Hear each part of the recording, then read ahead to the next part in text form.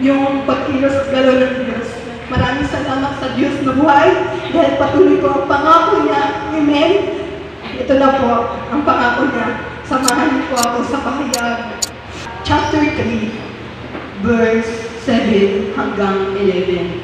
Amen?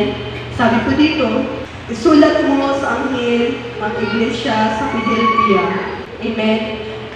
Ito ang sinabi ni Banal, mapagkakatiwalaan ang may hawak ng susi ni David. Wala makakapagsara ng anumang binubuksan niya at wala makakapagbukas ng anumang sinasahan niya. Alam ko ang mga ginagawa mo. Alam ko kaunti lamang ang iyong kakayahan, ngunit sinunod mo ang aking salita at naging tapat ka sa akin. Kaya binuksan ko para sa iyo ang isang pintuan na hindi maisasara ni naman. Tingnan mo, palalapitin ko sa iyo at paluluhurin ang mga kampo ni Satanas na napapanggap ng mga Hudyo.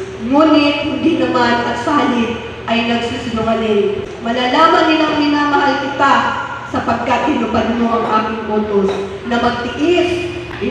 Iingatan naman kita sa panahon ng pagsubok na darating sa lahat ng tao sa buong daigdig. 11. Darating ako sa lalong madaling panahon, kaya ingatan mo kung ano ang nasa iyo upang hindi maagaw ni naman ang iyong gantimpala. Amen. Salamat po sa pagkabasa ng mga pangako ng Diyos, sa salita ng Diyos. Amen. Na tunay na sa Philadelphia Church, amen, pinasasabi po ito. Pero alam naman po natin na extended po sa panahon natin ngayon. Amen. Sa Jesus is my life Church family, extended po ang pangako niya. Amen po, na wala po makakapagbukas ng pinagsahan ng ating Panginoong Diyos. Dahil ang ating Panginoong Jesus ang may hawak po ng susi. Amen? Ano po ang susi na ito? Amen? Marami pong susi. Meron po mga pagpapala. Amen? Ang pagbubuksan ng Diyos ng pagpapala, kagalingan, ano man po ang merong laman ng pintuan na ito, ang Diyos lamang po ang may hawak nito. Amen? Na ang ating Panginoon, di ba, sabi na dito na sa maikling panahon, dahil po naging tapat, amen, ganun din naman po tayo, kung tayo naging tapat sa ating Panginoong Jesus. Lahat po ng pangako ng Diyos sa Philadelphia Church ay ganun din po, ibibigay po sa atin, amen. At nandoon po, ano po ang gantimpala na sinasabi dito, ang gantimpala po na ito ay buhay na walang hanggan. Amen. So kaya kung ingatan po natin, at hindi po natin ito masira sa ating mga buhay. Dahil po ang Diyos po, sabi niya, sa ating pagsunod sa Kanya, sa ating pagtapak sa Kanya, amen, ay yun po ang gagawin niya. Bubuksan po niya yung pintuan na kahit sino po ay wala pong makakapagsara. Amen?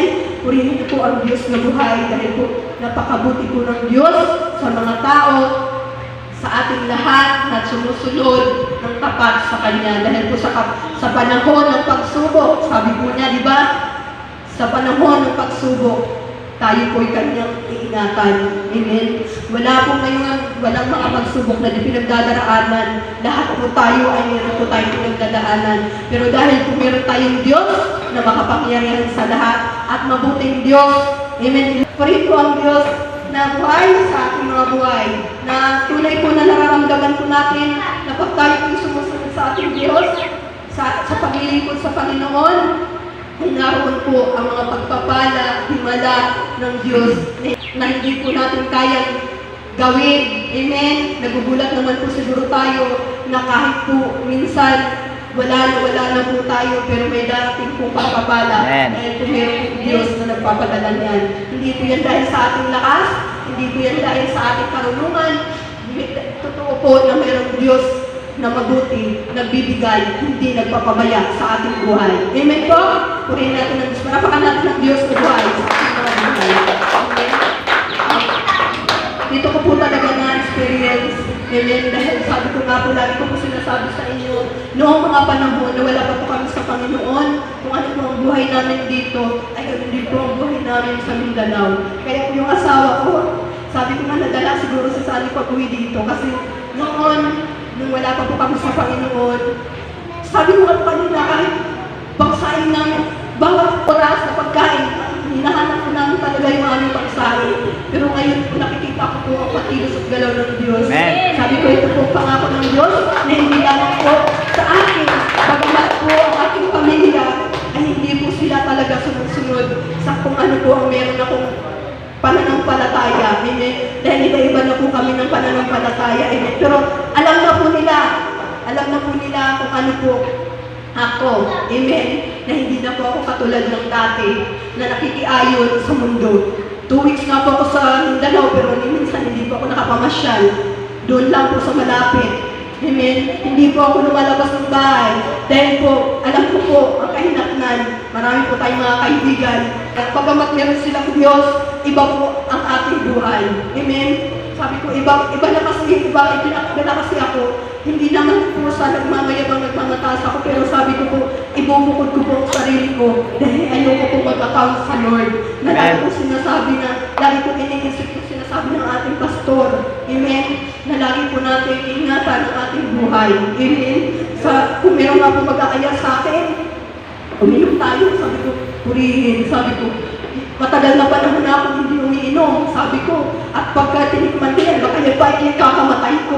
Dahil last ko inom yan, muntik na po ako mamatay. Kaya sabi ko, hindi ko na yan babalikan. Kaya sabi ko, masama sa katawan niyan. Sabi ko po sa kanila, wala pong idudulot, ang alak, sigarilyo. Amen? Yung tatay ko nga sabi ko sa kanya, Tay, iwasan mo na yung sigarilyo. Kung maaari, unti-untiin mo na yung tanggalin. Amen. Kasi sabi nila, pagka binigla daw, may ano daw sa kalusugan. Pero sabi ko, bakit si Sunny?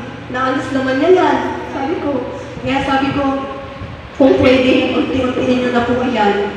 Sabi ko sa kanya. Kaya sabi ng tatay ko, wala naman siya kung tumamulab siya. Salamat sa Diyos na buhay dahil po, yung tatay ko nakita ko talaga. Masaya po ang puso ko sa nangyari sa Mindanao, bagamat wala po akong mga memories dahil hindi ko talaga akong malabas. Alam mo naman po yan, lagi lang ako nasa taas. Dahil yung aming bahay, ay meron pong taas yan. Kaya lagi na lang po ako sa taas ng bahay. Amen. Babalik po tayo sa salita ng Diyos. Ang ako po ng Diyos dito ay lagi po natin iingatan dahil po meron po siyang gantimpala na buhay na walang hanggan. Amen po. At yun lamang po ang maiklit pangako ng Diyos sa ating mga buhay. Salamat po at ibabalik na po kayo sa susunod na gawain sa buhay ni Brad.